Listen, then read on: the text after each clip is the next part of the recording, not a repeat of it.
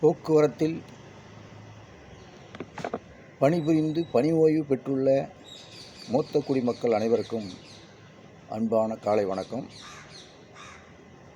The state transport and transport corporations retired employees welfare association பதிவு எண் 127/2001 கட்சி சார்பற்ற ரேவா அமைப்பினுடைய சென்னை மண்டல செயலாளர் முருகேசன் பேசுகிறேன். ஒரு சிறிய புதிய அறிமுக வீடியோ. இந்த வீடியோவில் சுருக்கமாக சில விவரங்களை உங்கள் முன் தெரிவிக்க விரும்புகிறேன். முதலாவதாக, நம்முடைய ஓய்வு பெற்றோர் நல அமைப்பு 8/8/2001 பதிவு எண் 127/2001 என்ற வகையில் துவங்கப்பட்டது. The state transport and transport corporations retired employees welfare association. The state transport என்ற முதல் வாக்கியம் 1972 வரை போக்குவரத்து என்பது அரசு துறையாக இருந்ததனால் அந்த 72 வரை அரசு துறையிலேயே பணியாற்றிய தொழிலாளிகளை உள்ளடக்கிய பெயர்.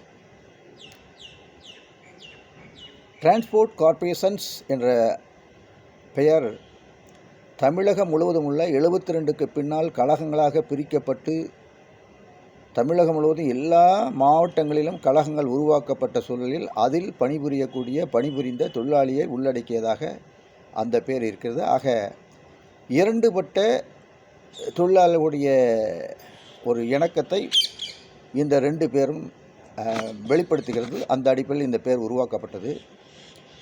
இந்த சங்கத்தை உருவாக்குவதற்கு CITU என்ற தேசிய மகத்தான அமைப்பு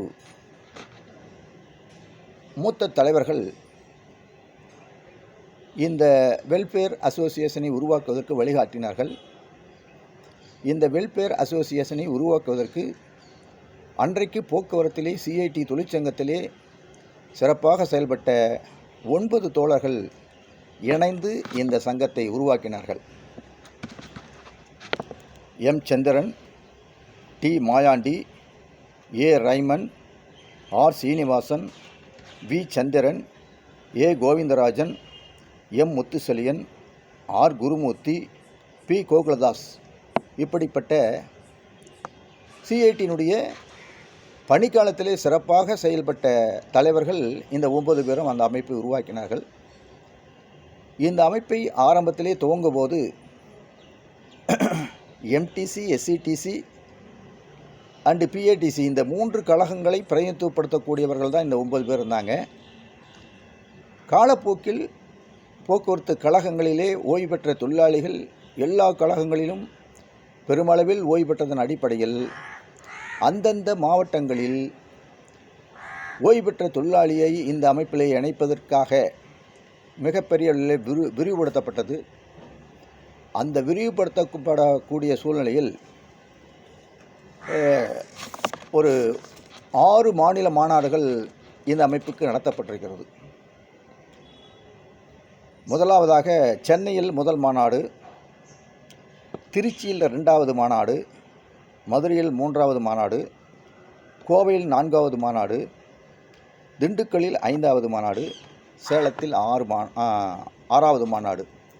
இப்படி 6 மாநாடுகள் நடத்தி இந்த அமைப்பினுடைய செயல்பாட்டை மிக பெரிய அளவில் விரிவுபடுத்தினோம். இந்த அமைப்பினுடைய உறுப்பினர்கள் ஓய்வு பெற்றவர்கள் மொத்தம் இப்போதைக்கு கிடைத்திருக்கிற தகவல் பிரகாரம் ஒரு 99,000 பேர் ஓய்வு பெற்ற தொழிலாளி என்று சொல்கிறார்கள். அதில் நாம் 2025 வரை ஒரு 51,000 பேர் நம் அமைப்பிலே உறுப்பினர்களாக சேர்ந்திருக்கிறார்கள். இந்த 51,000 பேரும் ஏதோ ஒரு கட்சியை சார்ந்தவர்கள, ஒரு தொழிற்சங்கத்தை சார்ந்தவர்கள. அது அதிமுகவாக இருக்கலாம், திமுகவாக இருக்கலாம், காங்கிரஸாக இருக்கலாம், VCKவாக இருக்கலாம், கம்யூனிஸ்டுகளாக இருக்கலாம். இப்படி எல்லா அமைப்பினுடைய தொழிலாளிகளும் இந்த அமைப்பிலேயே சேர்ந்தார்கள். அவர்கள் எல்லா அமைப்பினுடைய இந்த தொழிலாளர்கள் இந்த அமைப்பில் சேர்ந்ததற்கான மிக முக்கியமான காரணம் இது கட்சி சார்பற்ற ஒரு அமைப்பு என்ற அடிப்படையில் செயல்பட்டதன் காரணமாக அவர்கள் இதில் இணைந்தார்கள். மேலும் இந்த அமைப்பை தலைமை தாங்கக்கூடிய தமிழகம் முழுவதும் உள்ள கிளைகளுடைய நிர்வாகிகள், தலைவர்கள் போராட்ட தொழிற்சங்கத்திலே, குறிப்பாக சிஐடி தொழிற்சங்கத்திலே நீண்ட போராட்ட அனுபவம் பெற்றவர்கள், தன்னுடைய பணிக்காலம் முழுவதும் போராட்ட அனுபவம் பெற்றவர்கள், தொழிலாளி மத்தியிலே சேவை செய்த அனுபவம் பெற்றவர்கள், அப்படிப்பட்டவர்கள், அனுபவப்பெற்றவர்கள் இந்த அமைப்பை வழிநடத்துகின்ற காரணத்தால் இவர்களை நம்பி, இந்த அமைப்பை நம்பி அவர்கள் இந்த அமைப்பிலே இணைந்தார்கள். அதிமுககாரர் இந்த அமைப்பில் இணைந்தார்னா, இந்த அமைப்பில் செயல்படுகின்ற போது அவர் கட்சி சார்பற்றவர். அவர் வீட்டுக்கு போனார்னா அவர் அதிமுகவில் செயல்படுவார். திமுகவிலே இருக்கக்கூடியவர்கள் இந்த அமைப்பில் இணைந்தார்னா, இந்த அமைப்பில் செயல்படும் போது கட்சி சார்பற்றவர். வீட்டுக்கு போனால் அவர் திமுககாரர். அதேபோல் காங்கிரஸ்காரர், கம்யூனிஸ்டுகள் கூட இந்த அமைப்பில் செயல்படும் போது கட்சி சார்பற்றவர்கள். வீட்டுக்கு போனால் அவர்களும் அந்த கம்யூனிஸ்ட் இயக்கத்தினுடைய செயல்பாடுகளை தன்னை ஈடுபடுத்தி கொள்வார்கள். இதுதான் யதார்த்தமான நிலைமை. இப்படிப்பட்ட சூழ்நிலையில் இந்த அமைப்பினுடைய வளர்ச்சி மிக பிரம்மாண்டமாக 51,000 பேர் உறுப்பினராக இணைந்தார்கள். 51,000 பேர் உறுப்பினர் என்பது யதார்த்தமாக எந்த பணியில் இருக்கக்கூடிய தொழிலாளியுடைய தொழிற்சங்கத்திலே கூட இவ்வளவு உயர்வான அளவுக்கு உறுப்பினர்கள் இல்லை. ஆனால் சொல்வார்கள், நாங்கள் 60,000 பேர் உறுப்பினர் ஆகிட்டுன்னு சொல்லுவாங்க. யார்? ஆளுங்கட்சி. தொழிலாளி இயல்பாக சேரவில்லை அவர்கள்ட்ட. ஆளுங்கட்சியினுடைய செல்வாக்கை பயன்படுத்தி நிர்பந்தப்படுத்தி உருவாக்கியது தான் அந்த தோற்றங்கள். ஆனால் இந்த அமைப்பில் இயல்பாக சேர்ந்தார்கள். இதுதான் யதார்த்தமான உண்மை. இந்த RUW அமைப்பு நீண்ட நெடிய போராட்ட வரலாறு கொண்டது. ஏதோ பேருக்கு பேர் வச்சோம், பேருக்கு லெட்டர் பேர் அடித்தோம், பேருக்கு நிர்வாகிகளாக உலா வந்தோம் என்பது அடிப்படையில் அல்ல. இது மிகப்பெரிய போராட்ட வரலாறு கொண்டது. போராட்ட வரலாறுனா களத்தில் போராட்டம். தான் பணிக்காலத்தில் பெற்ற அனுபவங்களை எல்லாம் இந்த ஓய்வு பெற்ற தொழிலாளர்களுடைய பிரச்சனைகளை தீர்ப்பதற்காக கள போராட்டங்களை பல வடிவங்களிலே நாம் நடத்தியிருக்கிறோம். குறிப்பாக 2003 பென்ஷன் நிறுத்தப்பட்டது. அதற்கு பல காரணங்களை சொல்லுவார்கள். ஆனால் யதார்த்த உண்மை நிலை என்னவென்று சொன்னால், ஜெயலலிதா ஆட்சி காலத்திலே ஜிஓ 75, ஜிஓ 46 இந்த 2 ஜிஓக்கள் மூலமாக தொழிலாளியுடைய பென்ஷன் நிறுத்தப்பட்டது. மினிமம் பென்ஷன் வாங்குவதற்கு குறைஞ்சபட்ச சர்வீஸ் 30 ஆண்டுகள் என்பதை 33 ஆண்டுகள் என்று அந்த ஜிஓவிலே அவர்கள் உருவாக்கினார்கள். அந்த ஜிஓவை காட்டி, அது சட்டவிரோத ஜிஓ, அந்த ஜிஓவை காட்டி பென்ஷனை மறுத்தார்கள்.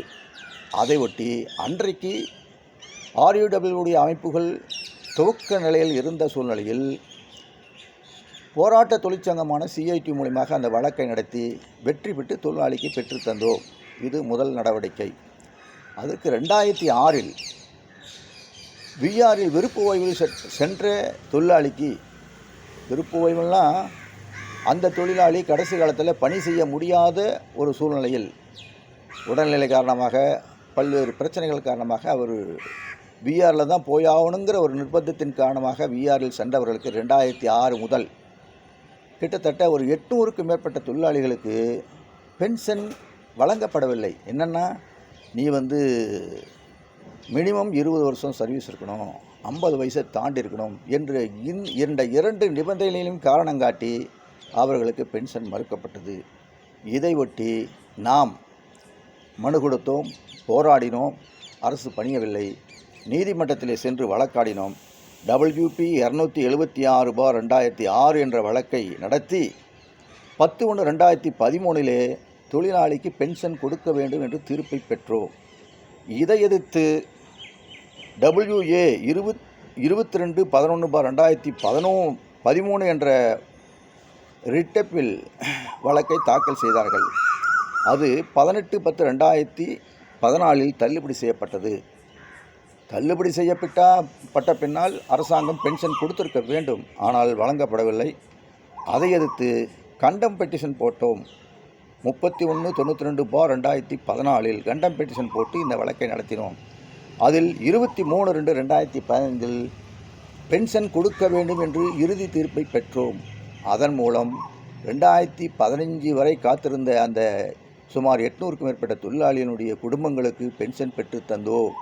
9 ஆண்டுகள் அவர்களுக்கான அரியசையும் பெற்று தந்தோம்.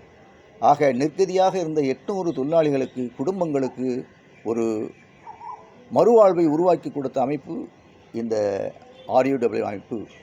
இந்த நேரத்தில் ஒரு சிறிய தகவல் என்றால் மிக முக்கியமான தகவல். இந்த RUW சங்கத்தை உருவாக்குவதற்கு துவக்க நாளிலே இருந்து பின்புலமாக செயல்பட்டவர் மறைந்த தோழர் கர்சன். இந்த பதிவுக்காக எல்லா வேலைகளையும் அவர் தான் செஞ்சார்.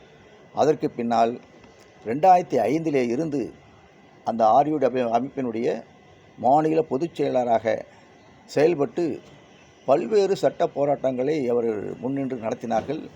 எல்லா வகையான தொழிலாளர்களுடைய பிரச்சனைகளுக்கும் தன்னுடைய நிர்வாக பணியாளர் என்ற அனுபவத்தை பயன்படுத்தி இவர்களுக்கு இந்த விஷயங்களை செய்து கொடுத்தார்கள். மொத்தத்தில் RUW முகமாக தோழர் கர்சன் அவர்கள் திகழ்ந்தார்கள். நம்மை விட்டு மறைந்து விட்டார். இருந்தாலும் அவருடைய அந்த பணியை அதற்கு பின்னால் பொறுப்பேற்றக்கூடிய தலைவர்கள் தொடர்கிறார்கள். இந்த அமைப்பு நீண்ட நெடிய போராட்ட வரலாறு அமைப்பு.